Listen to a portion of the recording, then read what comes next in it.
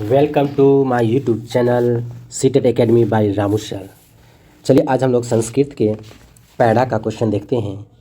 देखिए कह रहा है कि दिव्यांगानां लेखन कौशलम वर्धनार्थ कस्य आवश्यकता भवति। इस तरह के प्रश्न को बनाने के लिए आपको कुछ नहीं करना है, केवल ये समझना है कि दिव्यांगानाम क्या मतलब, लेखन कौशलम वर्धनार्थ का मतलब, कस्य आवश्यकता भवति, ये सबसे कोई मतलब नहीं।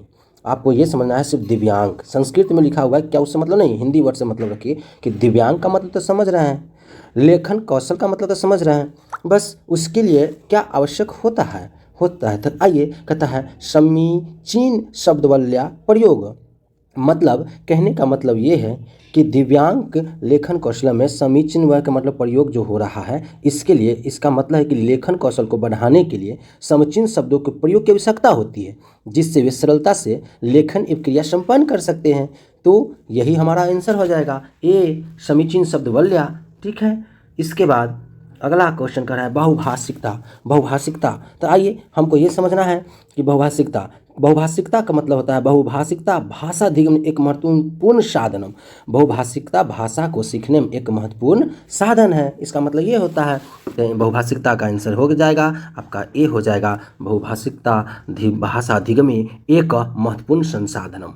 क्लियर है, इसका मतलब क्या हुआ, भाषा अधिगम एक महत्वपूर्ण संसाधनम का मतलब आपको बताए हैं कि मतलब कि बहुभाषिकता भाषा को सीखने में एक महत्वपूर्ण संसाधन है। ठीक है, इसके बाद आइए लेखन करा है क्वेश्चन नंबर 3 में कि लेखन परंपराया अधनस्तेषु किम संबंधनम अस्ति। हमको उससे भी मतलब नहीं रखना है, हमको ये समझना है कि क्वेश्चन क्या कह रहा है। तो देखिए क्वेश्चन लेखन क्रिया कहने का मतलब कि लेखन क्रिया को संपन्न करने के लिए जो है ना हम लोग विराम चिन्ह का ज्ञान होना चाहिए, अति आवश्यक होता है। जो देख सकते हैं आपको विराम चिन्ह डी में है, आंसर डी हो जाएगा। नेक्स्ट चलिए नेक्स्ट में हम लोग क्वेश्चन में बढ़ते हैं। क्वेश्चन नंबर 4 करा है कि डिस्लेक्सिया एक भाषा विकार यह प्रभाव्यति। इसका मतलब हमको ये समझना है कि जिसमें बच्चा को पढ़ने से संबंधित कठिनाई का अनुभव करना पड़ता है वो क्या कहलाता है, तो डिस्लेक्सिया कहलाता है, option number C. Next question देखते हैं। सृजनात्मक लेखनस्य अनेकानि प्रयोजनानि सन्ति तेषु प्रमुखतम अस्ति। चलिए इसका मतलब हमको देखना है कि क्या कह रहा है। मतलब कहने का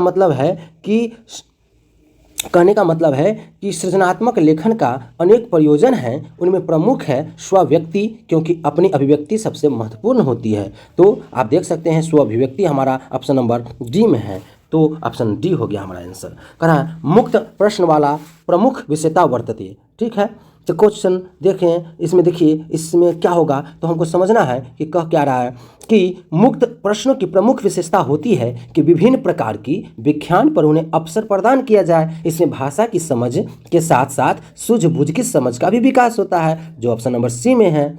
ठीक है, कोई दिक्कत? नेक्स्ट क्वेश्चन की तरफ हम लोग बढ़ते हैं।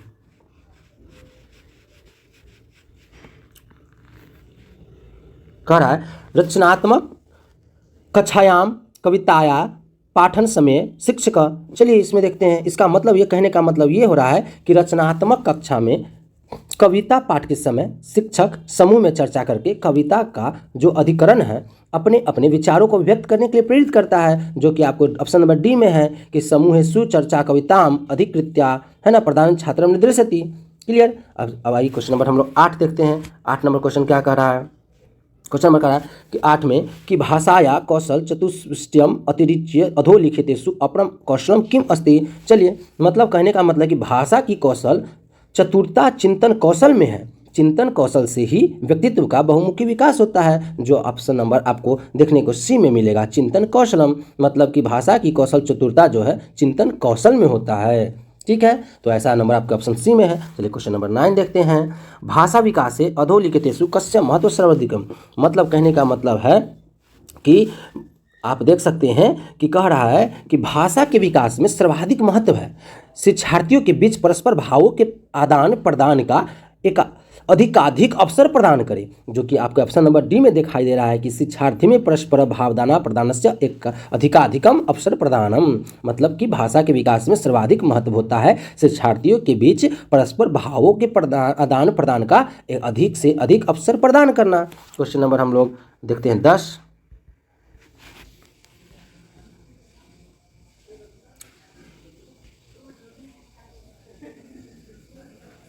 क्वेश्चन नंबर 10 में कह रहा है सतत व्यापक मूल्यांकनम कर्तनानंत गढ़ते, मतलब कहने का मतलब इसका कह रहा है कि सतत व्यापक मूल्यांकन के अंतर्गत छात्रों का मूल्यांकन और आकलन नियमित रूप से किया जाता है, क्योंकि नियमित रूप से मूल्यांकन करने में छात्र की व्यापक परख हो जाती है, जो कि आपको ऑप्शन नंबर ऐसा डी में है कि छात्रानाम मूल्यांकन आकलन नियत रूपेण क्रियते। क्लियर, मतलब कि सतत व्यापक मूल्यांकन के अंतर्गत छात्रों का मूल्यांकन और आकलन नियमित रूप से किया जाता है, क्योंकि नियमित रूप से मूल्यांकन करने से छात्र की व्यापक परख हो जाती है। क्लियर है। ऑप्शन आप देखते हैं क्वेश्चन नंबर 11।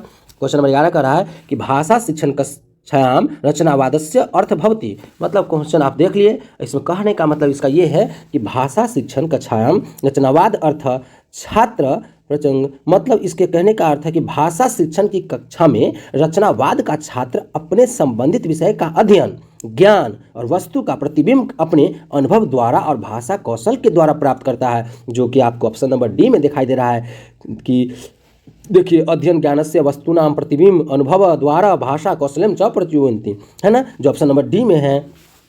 आइए क्वेश्चन नंबर हम लोग 12 देखते हैं। क्वेश्चन नंबर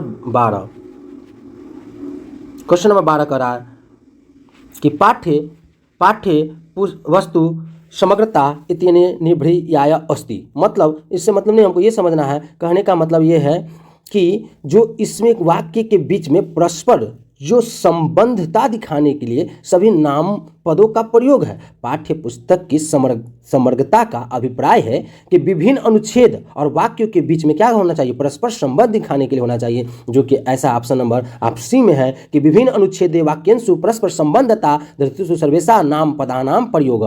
ठीक है, चलिए क्वेश्चन नंबर 13 देखते हैं। क्वेश्चन नंबर कह रहा है 13 में कि कस्यामपि संस्कृत कक्षायाम अधिकाधिक संस्कृत प्रयोगेन लाभ भवति, तो कहता है इसका मतलब कि कहने का मतलब है कि किसी संस्कृत कक्षा में अधिकाधिक संस्कृत के प्रयोग से यह लाभ होता है कि सहज संस्कृत प्राप्त करने हेतु संस्कृत प्रवेश का निर्माण होता है, जो कि आपके पास ऑप्शन नंबर सी में है कि सहज संस्कृत प्राप्त संस्कृत प्रवेश निर्माण भवति। क्लियर है। इसके बाद कह रहा है कि छात्रानाम स्वायत्तता प्रोन्नति कर्त परिणाम कार्यसु मार्गेसु एक, मतलब कहने का मतलब ये कह रहा है कि इसमें समझिए चारों में कि छात्रों से प्रश्नों का पूछा जाना उनके ज्ञान को प्रोत्साहित करता है, इसमें उनमें अध्ययन के प्रति विशेष रुचि बनी रहती है, जो कि आपके पास जो है ऑप्शन नंबर 1 में है कि परिप्रश्नम, है ना, छात्रों से प्रश्न पूछा जाना, कृतकर्तुक छात्रनाम प्रोत्साहनम, मतलब जब छात्रों से प्रश्न को पूछा जाना तो उससे ज्ञान को प्रोत्साहित करता है और इससे उनके अध्ययन के में क्या होता है, विशेष रुचि बनी रहती है। चलिए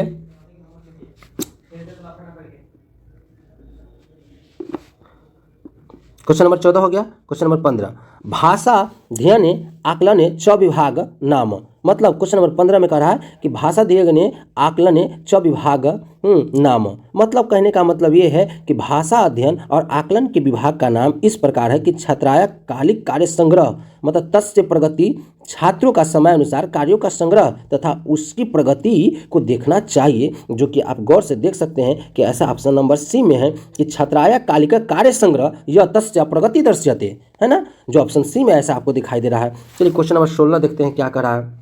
कह रहा है कि क्वेश्चन नंबर 16 में कि भाषा कक्षायाम आसन व्यवस्था परिवर्तन सहा स्यात् यत्, चलिए कहने का मतलब ये है कि भाषा कक्षा में बैठने की व्यवस्था को परिवर्तनीय बनाया जाना चाहिए, जिससे क्या होगा, युगल क्रिया यानी कि जोड़े बनाकर तथा समूह की क्रिया को प्रोत्साहन मिलता रहे।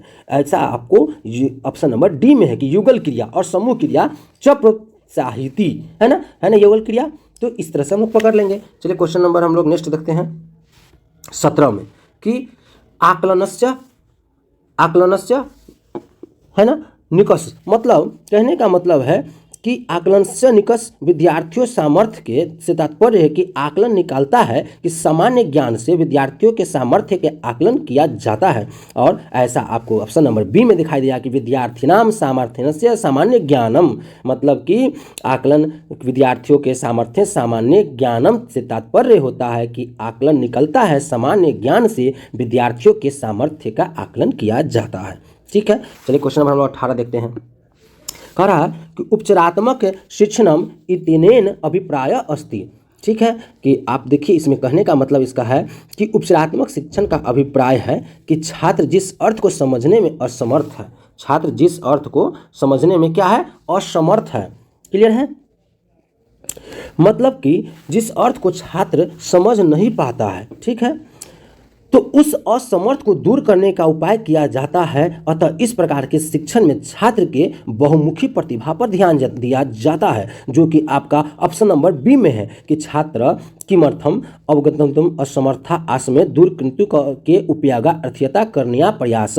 ठीक है, ये चीज आप देख रहे हैं। आप देखेंगे क्वेश्चन नंबर 19 में कह रहा छात्र केंद्रिता कस्या इतनेन क अभिप्राय।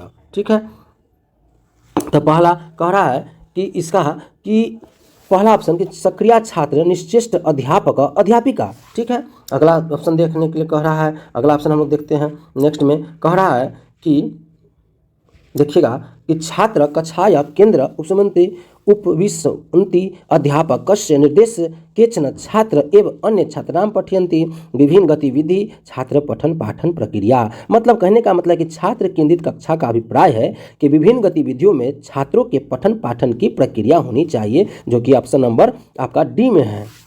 क्लियर? क्वेश्चन 20 कह रहा है कि भाषा जन्म अंतर्निहितात् में मनुष्य जन्मना एव कया अपि भाषा व्यवस्था युक्त इत्याह व्यवस्था एव सव्यवहार करोति एस विचार किन उपागमेन संबंध। मतलब कहने का मतलब कि भाषा का अर्जन अंतर्निहित होता है, मनुष्य जन्म से ही किसी भी भाषा से युक्त होता है, इस व्यवस्था से ही व्यवहार करता है और यह विचार प्राकृतिक उपागम से संबंध है। और देख सकते हैं कि ऑप्शन नंबर सी में होता है कि प्राकृतिक के न। चलिए, उम्मीद करते हैं कि आप लोग को समझ में आया होगा, है ना। इसको बार बार इसको बनाने की कोशिश करेंगे। मिलते हैं नेक्स्ट वीडियो में। आप लोग वीडियो को शेयर करें, लाइक करें, सब्सक्राइब करें। वीडियो देखने के लिए धन्यवाद। Thank you.